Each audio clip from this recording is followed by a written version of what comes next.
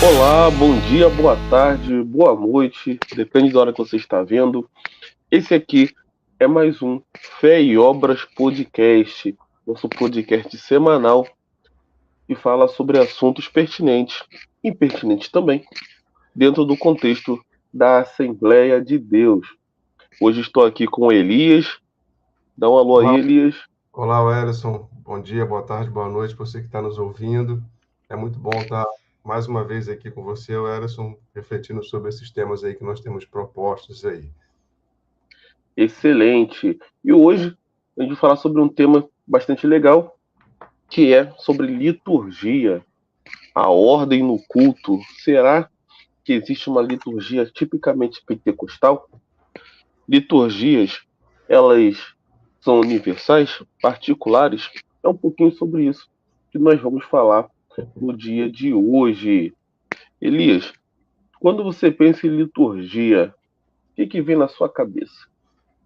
Então, Welleson, quando eu penso em liturgia, eu penso em culto, né? Não sei se você também pensa dessa forma, mas quando eu penso em liturgia, eu penso em tipos de culto diferentes, né?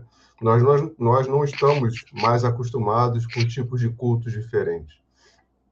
Normalmente, o culto ele tem sempre o mesmo formato, durante a Sim, semana ou final de semana. Mas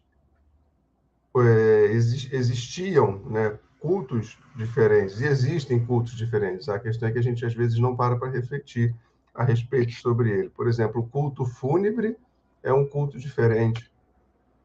Um culto de oração, ele é um culto diferente, né? Então, como você bem falou, a liturgia é algo que acontece no próprio culto, né? E se a gente for pegar a origem da palavra liturgia, é o trabalho do povo, né? Liturgia é o trabalho do povo, ou o serviço voltado para uma comunidade que se reúne em torno da sua fé, ela se reúne em liturgia, com uma ordem esclarecida de cada ato que vai acontecer dentro desse culto. Então, quando eu penso em culto, como eu penso em liturgia, eu penso em cultos diferentes, em tipos diferentes de culto. quando eu penso em liturgia, o que vem na minha mente é sempre organização. Sim. Ah, ah. E você falou aí sobre a gente não está acostumado com diversidade de cultos. Você vê a liturgia nesse sentido de organização, de rotina, de previsibilidade como algo positivo ou negativo? Olha, eu vejo como algo positivo, porque na liturgia nós temos sessões que são sessões extremamente importantes, né? Uhum. A liturgia ela é encontrada no culto, Wellington, desde do Antigo Testamento. Isso não é uma coisa nova que aconteceu agora após a Reforma, né? E nem uma coisa também que aconteceu agora de 1900 para cá, com a questão do pentecostalismo, né? Então, existem partes do culto que são importantes, né? Quando o dirigente ele se coloca diante da congregação, ele faz um convite à adoração, né? Nem que seja os irmãos que estão do lado de fora do templo, vamos entrar para a gente começar o nosso culto, né? Durante o culto nós temos a invocação, nós temos a contrição, confissão, intercessão, ação de graça, são todos momentos do culto, né, que pertencem à liturgia e que são coisas importantes. Então, quando a gente chega na igreja, a gente sabe o que vai acontecer. O pastor vai orar, nós vamos cantar uma quantidade de hinos, isso no caso da Assembleia de Deus, né? Tem a leitura bíblica, né, a proclamação da palavra, nós temos momentos de oportunidades onde cada irmão vai dar um testemunho, temos departamentos que cantam, nós temos a exposição da palavra.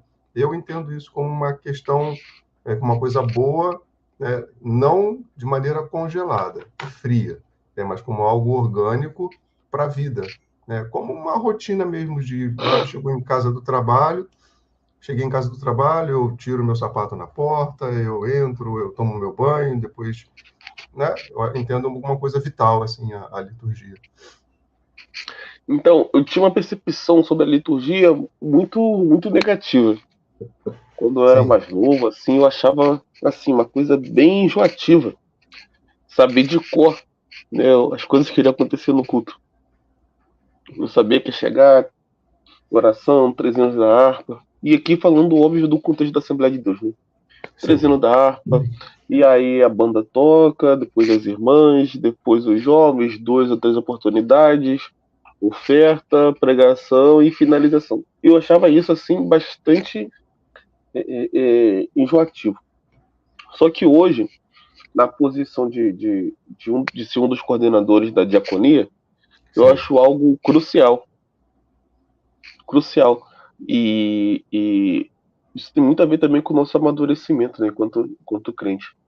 Eu acho, hoje, quando muda alguma coisa na liturgia, eu sinto falta, porque de alguma maneira desorganiza, né, o time de chamar os irmãos para nos auxiliar,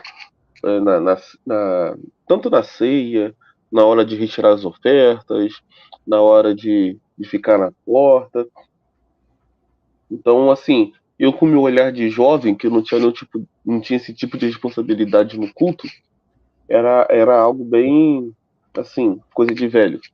Aham. Só que hoje eu vejo que é uma coisa fundamental para o bom andamento do culto. E quando isso é alterado, eu sinto falta e até reclamo. Sim. E aí, acho que seria legal a gente entrar nos pormenores dessa liturgia do culto assembleiano. Eu queria saber se você já ouviu alguma história sobre a obrigatoriedade. Não está escrito, mas meio que obrigado. De se cantar 3 hinos da harpa. Certa feita, eu ouvi de um pastor da nossa igreja que ele estava um pouco atrasado na rotina do culto ali. E para otimizar o tempo, em vez de cantar 3 hinos da harpa, ele cantou só 2. Aham. Ele disse que naquela noite, quando ele chegou em casa, o telefone tocou, o pessoal reclamando, brigando com ele, dizendo que ele estava mexendo na cultura da igreja, porque tem que se cantar 3 hinos da harpa. Porque segundo ele, segundo o que ele ouviu, é um para Deus, um para Jesus e um para o Espírito Santo. E mexer nisso e acabar com a Assembleia de Deus. Nossa, caramba. Você já ouviu alguma coisa nesse sentido? De mexer Então, alguma coisinha na liturgia e dar um quiprocó danado? eu já ouvi várias vezes assim de modificar alguma coisinha na liturgia, às vezes até o momento, né? Por exemplo, você inverter uma coisa ou outra, fazer primeiro o ofertório e depois fazer alguma outra coisa. Eu já vi isso acontecer de gente reclamar, sim, mas eu acho que é por conta do costume em si.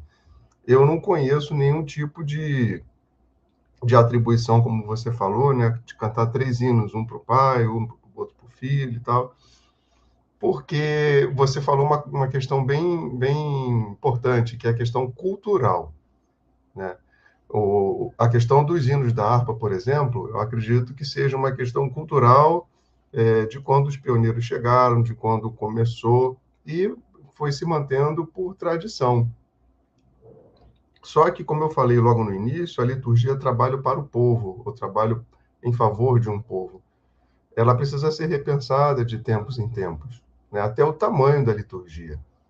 Coisas que eu cheguei a pegar cultos de 2 horas e meia, e o pessoal, assim, super bem, tranquilo, né? Hoje em dia, fazer um culto de 2 horas e meia, por exemplo, num dia de semana, fica impraticável, não tem como fazer. Então, precisa ser um pouco mais resumido, né? Domingo tem como esticar um pouquinho mais, enfim. Então, eu não conheço nenhuma relação. O que a gente tem de liturgia são coisas relacionadas à nossa cultura, né? A cultura que foi estabelecida aqui no Brasil, relacionado à nossa denominação, né? A nossa fé, que é a fé pentecostal. A própria questão da harpa em si, né? De cantar esses hinos da harpa. E às vezes as pessoas não sabem, Wellington, por que a gente canta os hinos da harpa. Mas a gente canta os hinos da harpa porque nesses hinos estão contidas algumas das nossas principais doutrinas. Exatamente. Então, tirar os hinos da harpa significa, assim, perder um pouco da nossa identidade, da nossa característica. Uma vez conversando com um amigo, ele falou, Elias, se a gente espreme a harpa, a gente vai sair fogo, sangue, evangelismo, trabalho, e tudo isso é o que a Assembleia de Deus está acostumada. Então, tem hinos que falam sobre a doutrina do batismo com o Espírito Santo. Ah, batismo com o Espírito Santo já não acontecem mais, não é uma realidade da nossa igreja, né, que a gente vê acontecer. Ah, mas já não acontece mais. Poxa, mas não se canta mais hino a respeito do batismo com o Espírito Santo? Ah, o evangelismo já não acontece mais. Poxa, mas não se canta hino que fale a respeito do evangelismo, né? Nós somos aquilo que a gente canta. Se a gente não canta isso, a gente não vai fazer isso. Né? Então, a questão dos hinos da harpa, dos hinos da harpa, ela é bem simples, e ela traz essa questão, né, da própria doutrina. Enfim. E eu fico curioso, né? Como que as pessoas são assembleianas e não curtem harpa, né? Só acham que harpa é coisa ultrapassada. É antiga. Talvez o antigo seja, sei lá, o arranjo, o modelo, a forma como se canta, sei lá. Isso. Mas o conteúdo da harpa é fantástico. É, Pra é, mim poderia se cantar até mais, porque são canções bíblicas. Você não vai ver nada que ultrapasse, né, a adoração a Deus, o ensino. E às vezes a gente corre esse risco cantando coisas que não estão na harpa. Para mim é e o que, algo fundamental e é algo que é a nossa identidade, né? e o que a gente vai vendo é um esvaziamento do ser assembleano, Isso. do ser assembleano, porque você tem, às vezes, uma igreja com o nome de Assembleia de Deus, e ela não mantém uma liturgia como, pelo menos um pouco baseada na tradição, você acaba não identificando e ela acaba se esvaziando de ser, porque ela Sim. está perdendo um pouco da sua cultura. Né? Eu já cheguei em Assembleia de Deus que não tem nada da nossa liturgia e você olha assim, nossa, não é uma Assembleia de Deus. Nada contra modificar, nada contra seguir uma outra liturgia, nada contra isso, não. Mas eu acho que tem coisas que precisam ser preservadas mesmo, precisam ser pensadas. Será que Uhum. hoje em dia... uma coisa que eu tenho pensado muito hoje, Wellerson, é a questão de agrupar os cânticos. Por exemplo, nós temos 3 hinos da harpa, a leitura bíblica, aí segue o culto, aí tem um período de cânticos, que não são os cânticos da harpa, mas que são outros tipos de cânticos, que são extremamente importantes, né, que Paulo caracterizaria como os cânticos espirituais, né, que são aqueles cânticos que são dados para as pessoas de acordo com a realidade que ela vive, né? E, por exemplo, isso poderia ser agrupado num momento só do culto. Eu cheguei a fazer algumas vezes assim e deu certo. Ao invés de fazer 3 hinos da harpa, leitura, segue a rotina, né? Nós fazíamos 2 hinos da harpa, 2 cânticos, e só então a leitura bíblica. A primeira vez que eu fiz isso foi um escândalo. Teve obreiro que queria me colocar na cruz e me crucificar de novo lá, como terceiro ladrão. Né? Mas depois a pessoa foi entendendo o que estava acontecendo. Eu falei, não, a gente só está agrupando 2 cânticos, 2 hinos da harpa, 2 cânticos. Aí sim, leitura bíblica passou esse período de cânticos. Aí vem um período de testemunho, depois vem um período dos departamentos.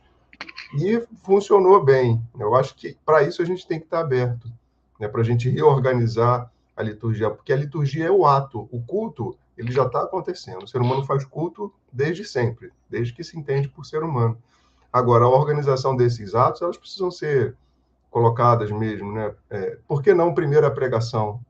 A pregação poderia vir primeiro, né? Mas a gente entende que primeiro a pessoa tem que chegar na igreja, voltar o seu coração para o Senhor, voltar o seu coração para si mesmo também, né? Prestar atenção no culto, se envolver com os irmãos para então estar pronto para receber a palavra, e essa é a função da música também, a função dos cânticos também. Então, é isso, né? É não estar completamente fechado para o que está acontecendo na liturgia e entender também. Agora, o Ellison, se a liturgia é a organização dos atos de um culto, quando nós temos somente um ato nesse culto, esse culto é um culto? Vou te dar um exemplo.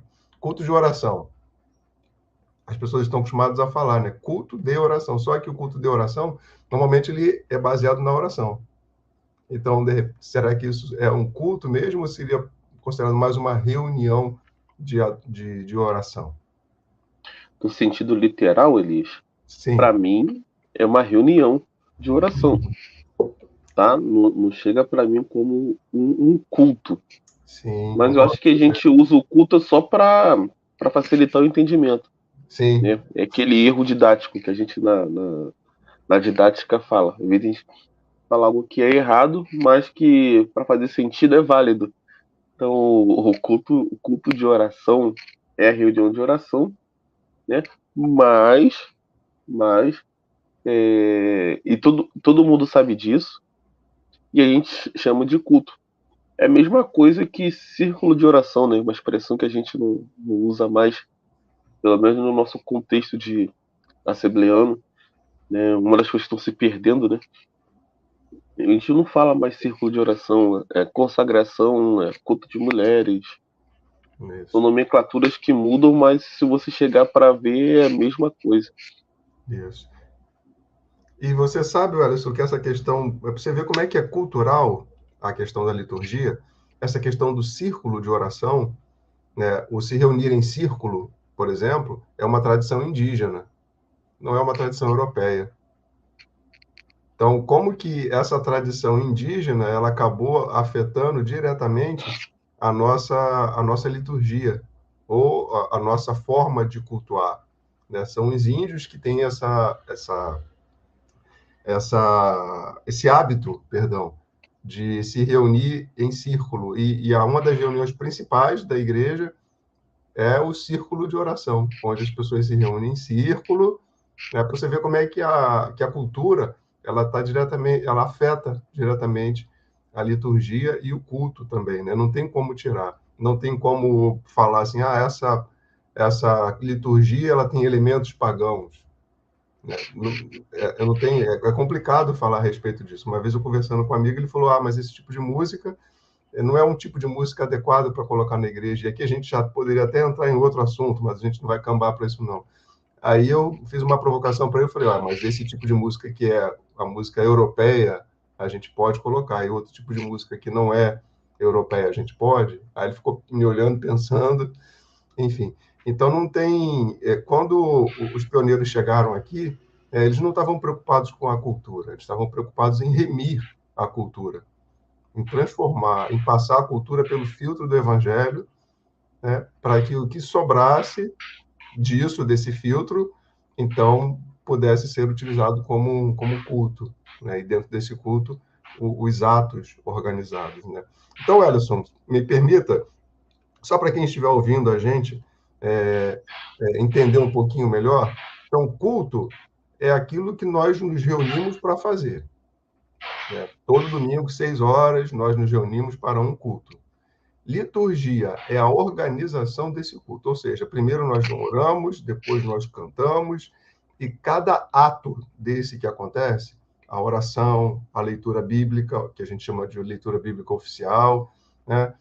Os cânticos da harpa, os cânticos, a participação dos departamentos, as oportunidades, a pregação, o apelo também, né? O apelo normalmente ele é feito após a palavra, mas eu já vi o apelo ser feito após o período de louvor e pessoas se converterem, né? Então, apesar de ser uma coisa dada, né? Porque assim para nós assembleanos nada que é pronto estar pronto e permanece pronto, porque nós estamos sempre prontos a ouvir o Espírito Santo, né? Então, por mais que tenha a sua organização, então a liturgia são esses atos, ou são essas pequenas coisas que acontecem dentro do culto e que nós seguimos de acordo com a nossa tradição, mas que nós não estamos completamente engessados, porque nós entendemos que tudo deve ser conduzido pelo Espírito Santo.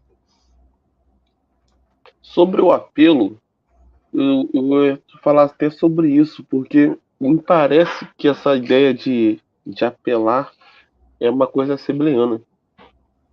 É, Quando eu estava em um debate no Twitter, há pouco tempo atrás, um ano e meio, em que se falava muito que essa questão do apelo era algo dos pentecostais, porque os pregadores históricos, né, esses que a gente ouve falar nos livros e tudo mais, eles não tinham essa pegada de fazer o apelo após a pregação, em nenhum momento do culto. Eles acreditavam que a sua pregação causava o efeito e o fato das pessoas voltarem no domingo seguinte e continuar e começar a fazer parte da rotina da igreja era um sinal de que ela havia aceitado Jesus e não levantar a mão e ir lá na frente. Não sei se você já viu alguma discussão sobre isso. Isso me inculcou bastante, né, essa percepção que isso é algo que acontece basicamente na nossa comunidade, no nosso contexto eclesiástico. Sim, eu já ouvi, sim. Uma vez eu conversando com um pastor, Fernando Takayama, acho que é Fernando Takayama, irmão do Idecaso Takayama, lá na Assembleia de Deus Nipo-Brasileira, em São Paulo. Uma igreja enorme. A gente estava viajando, a gente estava lá em São Paulo tocando, e a gente foi conversar com ele. E nós percebemos que ele não fez o apelo após o culto. E isso também inculcou a gente, nós fomos conversar e perguntamos, mas pastor, por que o senhor não fez o apelo? Aí ele fala, olha, aqui em São Paulo, apelo não funciona dessa forma. A gente achou interessante e ele falou, olha, eu posso até fazer o apelo aqui, vir pessoas aqui na frente, mas às vezes é uma comoção ali que acontece e depois ela passa e a pessoa nunca mais volta, ela se expõe, enfim, isso deve ter uns 20 anos, né? Ele já estava falando sobre essa questão. E nós vemos o seguinte, que toda vez que no culto assembleano se prega, se faz o apelo no sentido de se converter, né? de as pessoas aceitarem a Cristo como Salvador. Eu acho que isso também é muito fruto dos cultos de evangelismo que aconteciam, né? E que acontecem também, onde ali você já tem um resultado imediato da pregação, né? Tipo assim, a pregação, ela não a palavra ela não volta vazia, mas ela cumpre antes aquilo que ela precisa cumprir. Então, acho que a gente se baseia um pouco nessa questão de fazer o apelo. Eu acho importante fazer, mas também acho importante não fazer. Eu acho que depende do momento, né? Porque tem cultos que se caminham para isso, né? Para um apelo, e tem cultos que não se caminham para isso também, né? Senão fica aquela coisa fria, olha, tem que fazer o apelo. Também já Às vi vezes não tem nem acontecer... visitante da igreja, tem que fazer aquilo. Isso, eu já vi também acontecer de, ó, não vai ter apelo, não estava se caminhando para isso, e, pô, tem que fazer o apelo. Aí fiz o apelo e teve uma pessoa que se converteu. E aí? Então, assim, tudo é tudo e nada é nada, como dizia Tim Maia, não quero esvaziar também, assim, né? Mas são questões para a gente pensar mesmo, e de repente para a gente até voltar a colocar os joelhos no chão e ter comunhão com o Senhor, né? Para a gente conseguir entender, ter discernimento de tudo isso. Mas é uma questão assembleana mesmo, entre os tradicionais a gente não vai ver. Eles entendem que de tanto ouvir a palavra, a pessoa ouve hoje a palavra, volta no domingo seguinte, ouve de novo, volta, ouve, volta, daqui a pouco a pessoa já está pronta até para o batismo mesmo. Até para o batismo. Isso é uma questão bem nossa de Assembleia de Deus. De confessar publicamente, né? Isso mesmo.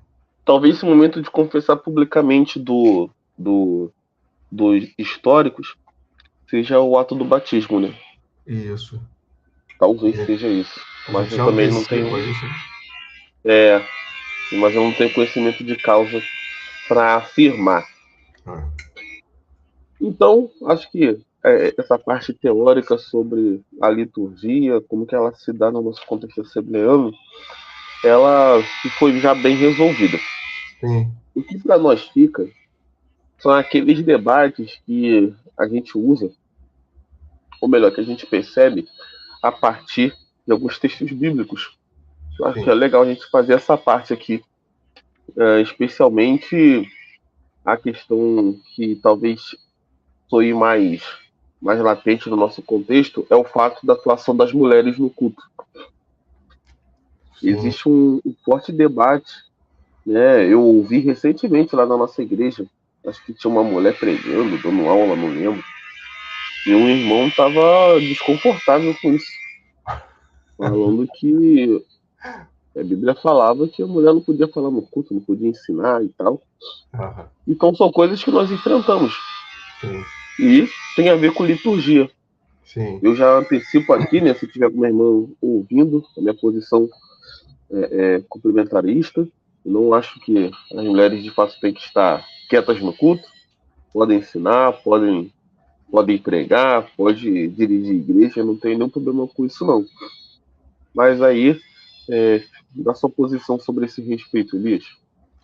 Problema que o próprio pioneiro não teve, né? A própria Sim, Frida era uma evangelista, mas ela sofreu oposições também ferrenhas nesse sofreu. sentido.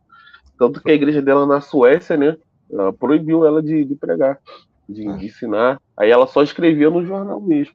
Isso, Então era surgiu. uma coisa que o Wingren aceitava, a Frida praticava, mas também não era consenso no contexto do início da Assembleia de Deus. Isso, Ellison, porque as pessoas não entendem. O motivo do batismo com o Espírito Santo, um dos motivos do batismo com o Espírito Santo é também quebrar essas barreiras, né? Lá no contexto da Rua Azusa, ele quebrou a questão da barreira racial. Lá em Atos 2, ele quebrou a questão da barreira racial que existiam também entre gentios e não gentios. Se ele fala a mesma língua que eu falo, como que eu não vou considerá-lo como meu irmão em Cristo? Né? Lá na Rua Azusa, se ele tem uma cor de pele diferente da minha, mas ele fala a mesma língua dada pelo Espírito, como que eu não vou considerá-lo como meu irmão em Cristo? Como que eu não vou compartilhar com ele todas essas questões? Quando chega para a gente aqui, Welleson, se ela fala a mesma língua que eu falo, qual precedência que eu tenho sobre ela? Entende? Então, essa acaba sendo uma questão difícil, né? Complexa mesmo, difícil de falar, porque se nós temos o Espírito Santo, ele quebra todos esses tipos de barreira. E a minha dificuldade é aceitar alguém que não esteja preparado, o Ellison, para fazer isso, certo? Então, assim, seja homem ou seja mulher, a minha dificuldade é Esse é meu aceitar ponto. que ele não esteja preparado, ou que ela não esteja preparada e suba para pregar somente porque é homem ou somente porque é mulher. Isso não dá para entender. Agora, sendo uma pessoa bem preparada, que estude, que pense, que se prepare para isso, enfim, eu não vejo o motivo para que esse tipo de coisa aconteça, né?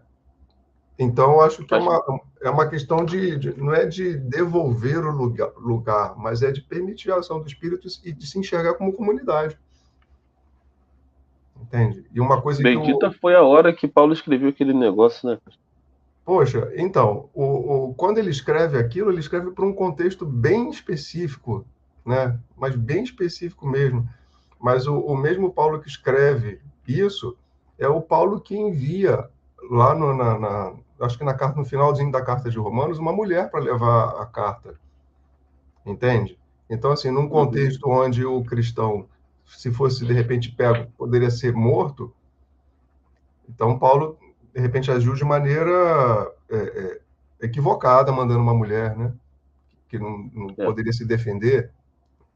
Então, Ou assim, foi de propósito mesmo. ou foi de propósito que ele mandou, né? Enfim, são coisas que a gente precisa pensar nisso. O mesmo Paulo que orienta que um escravo deveria ser tratado como irmão. Olha que contrassenso, né?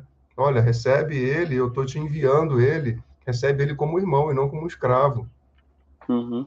né? Então, assim, são coisas que a gente precisa realmente pensar, né? E reaver, e não é incluir o Ellison. Acho que quando a gente pensa em incluir, tem um dominador. Eu acho que a gente pensa a gente precisa pensar não é dar espaço, não sei nem qual é a palavra que a gente deveria usar para isso, mas acho que se permitir ser tratado como irmão e não ter esse tipo de olhar, né? E também não reconhecer, pô, cara, ela prega mais do que eu, né? Ela ensina melhor do que eu, de repente ela se prepara melhor do que eu para isso também, né? Uhum. Enfim, eu acho que é nessa linha que a gente tem que pensar e deixar o espírito conduzir, né? Todas as coisas.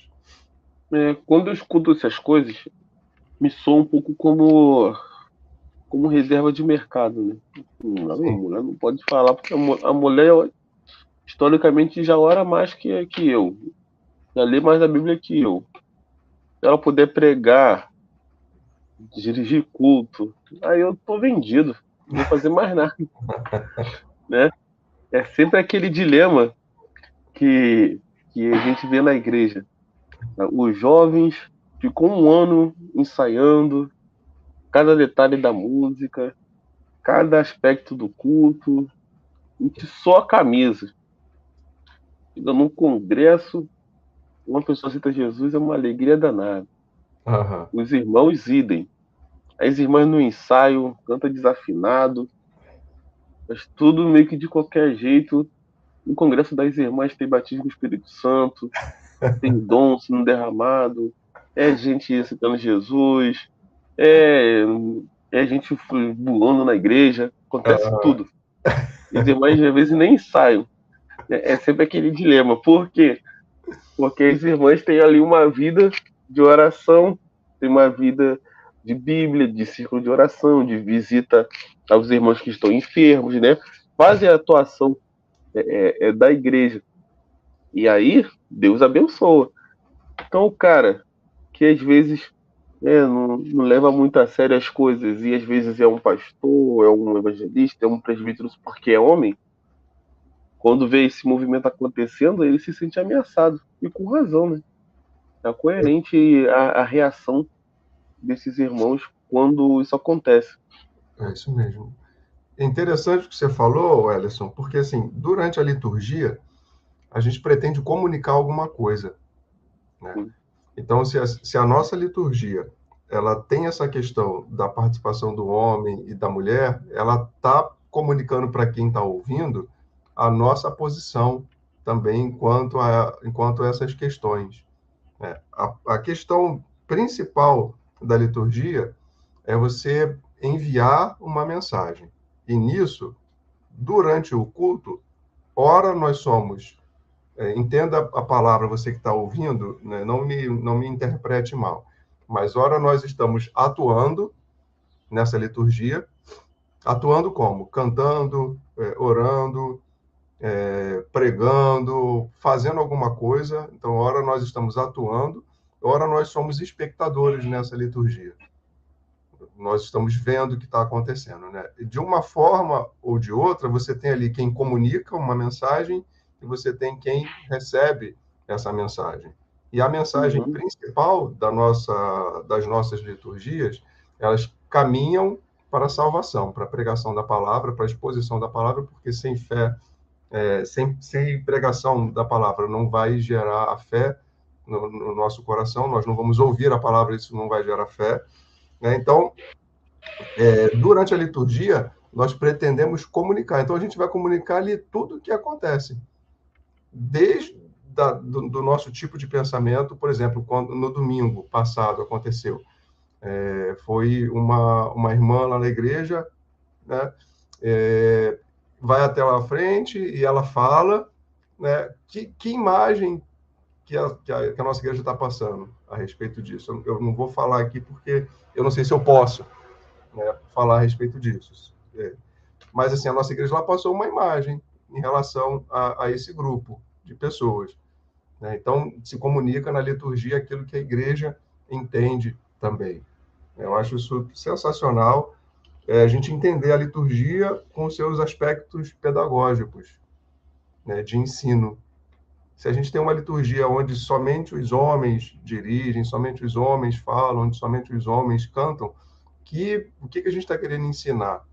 Agora, quando isso é tudo bem dividido, onde a gente tem a participação de criança, onde a gente tem a participação de adolescentes, né, e isso a gente já tem na Assembleia de Deus, né, que é aquela questão de rico e pobre, a gente não entende dessa forma. Então, todos têm isso, né? Então, tudo isso é muito importante na liturgia, e são coisas que a Assembleia de Deus tem e que saem como pioneiras, porque a gente não vai ver isso em qualquer outro tipo de igreja. Qualquer outra igreja protestante, a gente não vai enxergar esse tipo de coisa, né? Somente na Assembleia de Uhum. Deus. Não, ótimo. Outro ponto, e acho que já encaminhando, acho que a gente também precisa destacar a importância de a gente estar atento no culto. Por quê? Nós temos também esse aspecto cultural das oportunidades. Às vezes a gente sai do contexto assembleano, não tem oportunidades, né? Uhum, É um culto já todo programado. sim.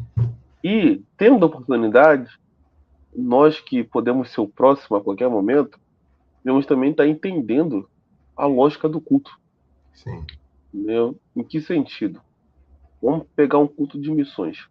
Né? A banda chega lá, canta, toca o hino 65. É 65 que é um de missões? É um deles. Sim. Então, canta, toca o hino 65, tal, tudo bonitinho. Textuário João 3, Nicodemos com Jesus, né? Termina com João 3,16, tudo mais. Aí você vai dar uma saudação que tem nada a ver com isso. Uhum. Né? Sei lá, você vai falar lá do Uzá tocando na harpa na saudação. Nada a ver, né? Ou a própria pessoa que vai pregar, né? Faz uma pregação que não tem nada a ver. Eu vi uma história de um pastor contando o seguinte: convidou um pregador, falou assim: olha só, você vai pregar num culto evangelístico. Um culto, é o nosso culto aqui da semana que tem mais visitantes. Prega sobre Jesus. Aí o pastor, ok. Aí chegou na semana, olha só, prega sobre Jesus, é o nosso culto que tem mais visitantes. Aí o itinerante, ok. O itinerante chegou sábado de manhã na casa do pastor para pregar domingo. Olha só, amanhã é um culto que a gente recebe muito visitante, prega sobre Jesus. Aí o itinerante falou, amém. Aí o pastor presidente ligou para esse pastor e falou assim, ó, avisa ao itinerante para ele pregar sobre Jesus, porque é o culto que tem mais visitantes. Aham. Aí ele falou mais uma vez para o itinerante confirmou. Chegou na hora da pregação, o irmão itinerante falou, irmãos, eu ia falar sobre Jesus, foi que o Espírito Santo me incomodou. Aí ele foi pregar sobre Esther. Ah, É óbvio que Esther também fala sobre Jesus. Mas ele ficou falando de Esther, falou que Esther não usava brinco, e Esther não usava maquiagem. No final das contas, não falou de Jesus. Daquele culto cheio de visitantes, ninguém aceitou Jesus. Então, assim, é, tem que ter coerência com o culto. Né? Às vezes, eu fico pensando nisso. E o culto está falando disso, disso, disso. Se alguém me chamar, vou falar desse texto que vai continuar na mesma pegada. Às vezes sim. não é nem planejado. Às É. vezes a banda não planejou isso, as irmãs não planejaram, os jovens não planejaram. Mas eu tô vendo que o culto está indo para uma direção, eu vou o quê? Reforçar, porque eu entendo que é isso que o Espírito Santo, né, quer que aconteça. E também entra naquela parte lá do manejar bem a palavra, né? Estar, é, é, estar não preparado, mas saber usar a Bíblia em diversos contextos, né? Isso. E eu lembro que com você, quando você era líder da mocidade, cuidava dessas coisas de música, você tinha esse cuidado. E sempre estar pensando sobre o que é o culto, né? Qual o tema do culto, para escolher os louvores, escolher tudo o que vai acontecer. Então, acho que é algo que a gente às vezes não percebe na liturgia, pensa que a hora da oportunidade é só eu falar aquilo que está no meu coração, mas às vezes não. É falar algo que vai contribuir para o objetivo que Deus quer para aquele culto. Para a comunicação do culto, né? Isso aí. Isso. É Isso porque é uma aí. forma de Deus se revelar por meio do culto. Isso. Nós estamos Exatamente. ali em comunhão uns com os outros, mas tem visitantes, tem aquela pessoa que o Espírito Santo traz e às vezes quer comunicar alguma coisa para ela. E nós somos esses agentes, né? Porque se ele quisesse salvar sem a igreja, ele daria um sonho, ele faria alguma coisa acontecer, né? Mas ele quer usar a igreja para isso também, né? Ele Uhum. também quer usar a igreja. Então vai ser por meio da liturgia, vai ser por meio do culto, vai ser por meio dessa dinâmica, dessa interação, certo? Certíssimo. O Ellison, muito bom estar contigo hoje. para mais esse tema, para a É sempre um liturgia. prazer. É sempre um prazer. E espero que os irmãos, quando ouvirem acerca desse tema, eles possam refletir um pouquinho mais, né? Se tem, de repente, algum preconceito em relação aos atos que acontecem no culto, que possa entender de uma outra forma, como entender como partes de um todo que acontece, e tudo caminhando ou culminando na pregação da palavra e também com o objetivo principal, que é proclamar, né, a Jesus, a Cristo, né, o Cristo, né? A organização do culto também é culto. Exatamente. Wellerson, muito bom estar com você. Você que ainda não ouviu os episódios anteriores, busca lá. Toda segunda-feira, às 9 horas da manhã, você vai ter um episódio novo. Então, já habilita aí o seu telefone também. Nos dê um feedback com relação aos temas, né? Tem temas surgindo aí. A gente está mesclando um pouco de tema atual com um pouco de doutrina, falando sobre doutrina de uma maneira bem tranquila para que você possa entender e refletir conosco também.